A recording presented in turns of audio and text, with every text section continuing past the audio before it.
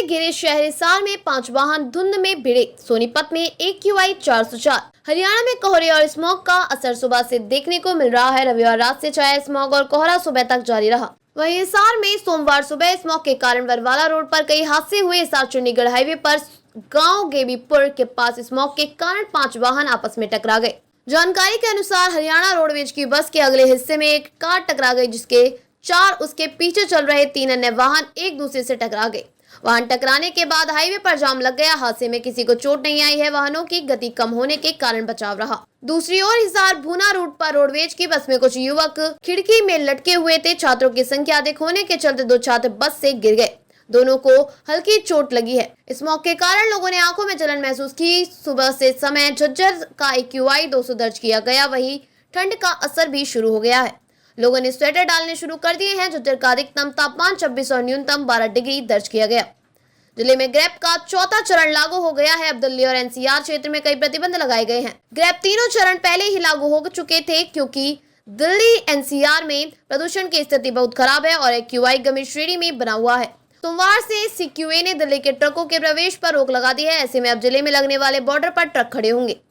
वहीं प्रदूषण बढ़ने के बाद भी अब जिले के स्कूल के बंद करने को लेकर प्रशासन ने कोई आदेश जारी नहीं किए हैं। उम्मीद है कि आज प्रशासन आदेश जारी कर सकता है। कुछ स्कूलों ने अपने स्तर पर प्राइमरी की छुट्टी कर दी है, तो बाकी स्कूल प्रशासन के आदेश का इंतजार कर रहे हैं। ग्रैप 4 के तहत लगाए गए प्रतिबंध। दिल्ली में ट्रक यातायात के प्रवेश पर रोक। आवश्यक सेवाओं के लिए ट्रकों का जारी रहेगा प्रवेश। LNG, CNG, इलेक्ट्रिक और BS4 डीजल ट्रकों के प्रवेश पर रोक नहीं लगेगी। इलेक्ट्रिक वाहन, CNG, BS4 डीजल वाहनों के अलावा दिल्ली के बाहर रजिस्ट्रेड हल्के वाहनों को दिल्ली में प्रवेश की अनुमति नहीं होगी। अनुमति सिर्फ जरूरी सेवा देने वालों के लिए होगी। दिल्ली में रजिस्ट्रेड BS4 और उससे कम के डीजल वाहनों वाले मालवाहकों और भारी वाहनों के चलने पर सख्त प्रतिबंध लागू रहेंगे। हाईवे, सड़क, flyover, overbridge, power transmission, pipeline, दूरसंचार आदि के लिए जारी परियोजनाओं के कामों, निर्माण कार्य पर प्रतिबंध ग्रेड 3 के तहत लागू रहेंगे। दिल्ली और NCR की राज्य सरकारी नगर पालिका और प्राइवेट कार्यालयों को 50% क्षमता पर काम करने और बाकी को घर से काम करने की अनुमति दे। नारनौल की आबोहवा हुई खराब। 383 के पास पहुंचा AQI। नारनौल क्षेत्र में प्रदूषण स्तर में लगातार बढ़ोतरी देखने को मिल रही है, जहां रविवार शाम 7 बजे तक 150 के पास AQI दर्ज किया गया था। वहीं सोमवार सुबह 10 बजे 383 के पास AQI पहुंच गया।